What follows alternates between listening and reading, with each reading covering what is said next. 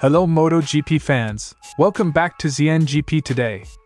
Ducati put on a show in Saturday's Silverstone sprint, locking out the podium with a commanding 1-2-3 finish.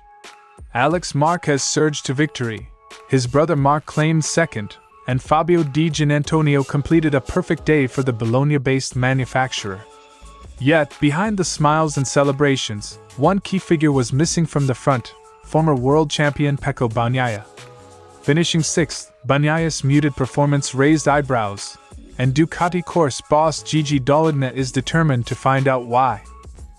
Silverstone exposed the growing divide in Ducati's garage as Francesco Bagnaia's struggles continued. After running third in the sprint, the reigning champion plummeted to sixth, citing a total lack of rear grip and an unsettling loss of front-end feel.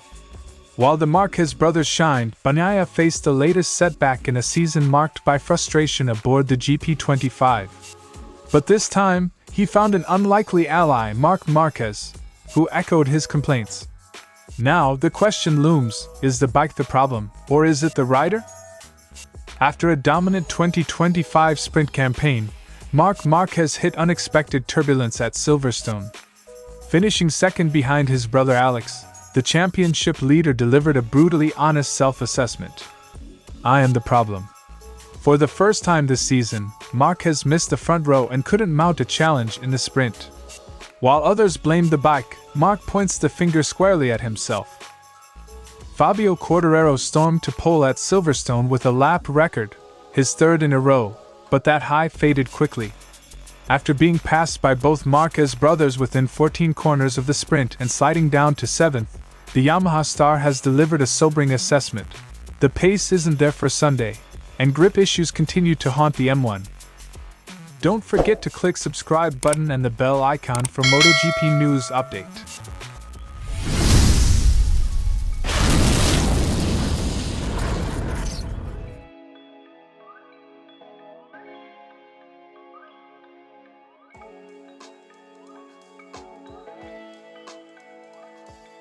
The sprint belonged to the Márquez brothers. Álex Márquez rode a confident, composed race to claim top honors, using the Ducati's strength in acceleration and corner entry to perfection. Marc Marquez, starting just ahead, applied early pressure but ultimately settled for second, showcasing tire management that held up just enough. Di Giannantonio, riding with renewed confidence, completed a dominant day for the Desma set-aside GP machines. Ducati's pace was unmatched, and their riders exploited every ounce of performance, at least most of them. Tire choice was always going to be decisive at Silverstone. The sprint's short format made the soft compound an obvious pick, but tire wear still loomed large. Dall'Igna confirmed the soft was the right choice, but Marc Marquez's immediate post-race inspection of his worn front tire didn't go unnoticed. Due to his riding style, Marc wore it down more than Álex, who was further back for part of the race. Even so, the soft tire was the right choice, Gigi Dall'Igna said. The contrast in tire preservation between the brothers is a subtle yet crucial data point, especially ahead of Sunday's longer race. Pecco Bagnaia started the weekend with competitive pace, looking comfortable and confident through Friday and early Saturday. But when it mattered most, he faded from contention. Sixth place may not be catastrophic, but it stands out in stark contrast to his teammates' podium sweep. Dall'Igna admitted he had yet to speak to Bagnaia post-race, and wasn't ready to speculate. I haven't spoken to Pecco yet.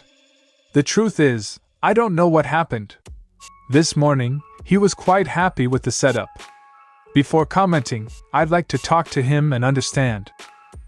For a championship leader, such a sudden drop-off invites scrutiny, especially when others on the same machine thrive. Saturday's success gave Ducati plenty to celebrate, but the job is far from over. The Grand Prix distance on Sunday introduces new questions, especially concerning tire life. Dall'Igna hinted that the medium compound could be crucial, offering a more balanced approach over 20 laps. With Silverstone's high-speed sections and abrasive surface, managing degradation will be key to extending their advantage. Tomorrow will be a different story. The medium tire could be an option worth considering. Ducati's Saturday in Silverstone was nearly perfect. The Márquez brothers dazzled, Di Giannantonio impressed, and the team proved its raw speed. But for Pecco Bagnaia, the questions are just beginning. As Gigi Dall'Igna seeks answers, Sunday's Grand Prix looms as both a test and an opportunity. One day down, one big challenge to go. Pecco Bagnaia launched well, overtaking Fabio Quartararo early and locking into third behind the Márquez brothers. But within 4 laps, his rear tire was gone, and the rest of the race became damage control. After 4 laps I completely finished the rear tire. That is strange. But not for the tire, for my bike, which is not helping me to turn. Then it was a case of survival until the last laps, with riders overtaking me like I wasn't there, Bagnaia said.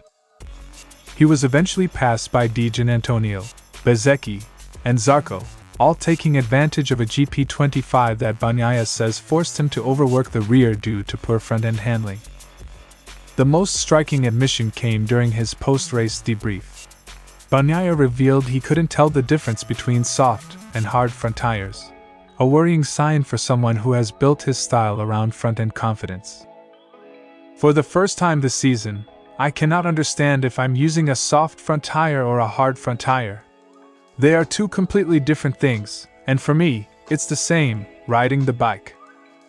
Saturday also marked Marc Marquez's weakest sprint of the year. He missed the front row and couldn't defend his perfect sprint win streak. Bagnaia saw this as confirmation that the GP25's issues aren't just in his head. Still, the teammates differ in approach. Marc insists the rider must adapt when setup changes fail. Bagnaia disagrees. He sees this as a shared responsibility between rider and team. For the first time this season, Marc had the same feeling as me. He was just better because he was able to follow Álex longer. But he dropped a lot at the end. It's a failure of everybody if we are not succeeding. We are trying to solve every problem. Bagnaia admits the GP25 is not fundamentally flawed, but rather that its subtleties undermine his signature riding style. Unlike Álex Márquez, who is thriving on the older GP24, Bagnaia says the new bike lacks the front-end feedback he's relied on since 2021. It's the small details that are not giving me the same feeling. I cannot feel the front. It's a huge problem for my riding style. I'm destroying the tires, I'm not happy riding. As Ducati celebrates Álex Márquez's sprint win, it also faces an identity crisis with its top rider. Bagnaia's honesty points to deep-seated issues with the GP25, and now even Marc Marquez is feeling them. With both riders on common ground for the first time, a clearer development path may emerge. But for Bagnaia, the urgency is growing. Silverstone didn't just cost him points, it amplified the question Ducati must answer soon. Is their flagship bike helping, or hurting, their champion?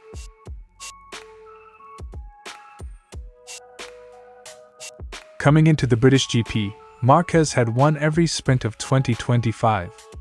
But Saturday saw a rare dip in performance. After a tricky qualifying left him off the front row for the first time, Marc briefly led the sprint before a mistake at Village Corner allowed Álex Márquez to seize control. Today was that kind of day that I started the race thinking about not losing too much, because I'm struggling. I don't know why, Marc said. Despite his trademark racercraft, Marc couldn't recover, finishing 3.5 seconds behind his brother, and seeing his championship lead trimmed to 19 points. What made headlines was not Marc's finish, but his candid reflection on the performance gap. While many in the paddock are pointing at the GP25's quirks, Marc put the blame on himself. When you try 3-4 different setups and the problems are still there, it means you are the problem. The bike is not the problem. He said setup changes over the weekend led nowhere, as he kept returning to square one. His conclusion? It's not the machine, it's his riding style that needs adjusting. The Ducati star also pointed to tire choice as a key factor. While the soft rear tire gave him issues during the sprint, he's more optimistic about the medium compound heading into Sunday's Grand Prix. Since we put the soft on, it's when we started to struggle. Friday with the medium I felt super good. That could provide some hope for a turnaround, but Marc warns, Álex is still the benchmark this weekend. Álex Márquez has been flying all weekend, especially through Silverstone's fast right-handers. The pivotal point was Woodcote, where he opened up a gap that Marc couldn't close. But Marc doesn't believe the GP24 has any advantage over the factory bike. In fact, he insists they are identical. The difference, he says, lies in how Álex attacks those high-speed corners, something Marc admits has been a weakness since his arm injury in 2020. We are riding with the GP24, so we are riding with exactly the same bike as Álex. It's not the bike. Since my injury I struggle even more there on those long right corners. But I have other strong points, so let's take profit from that.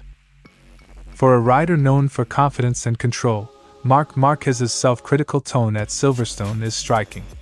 While others wrestle with bike setups, Marc believes the real battle is internal. He says the solution isn't in the garage, it's within himself.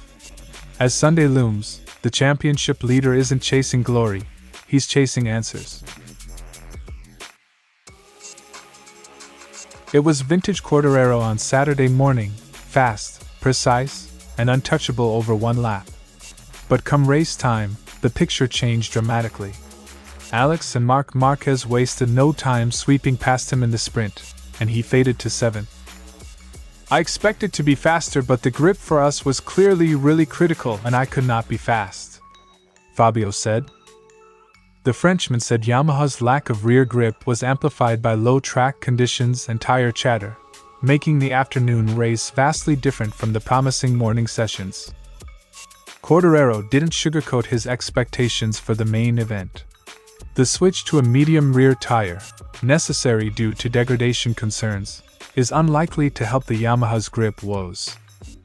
He also pointed to a recurring issue.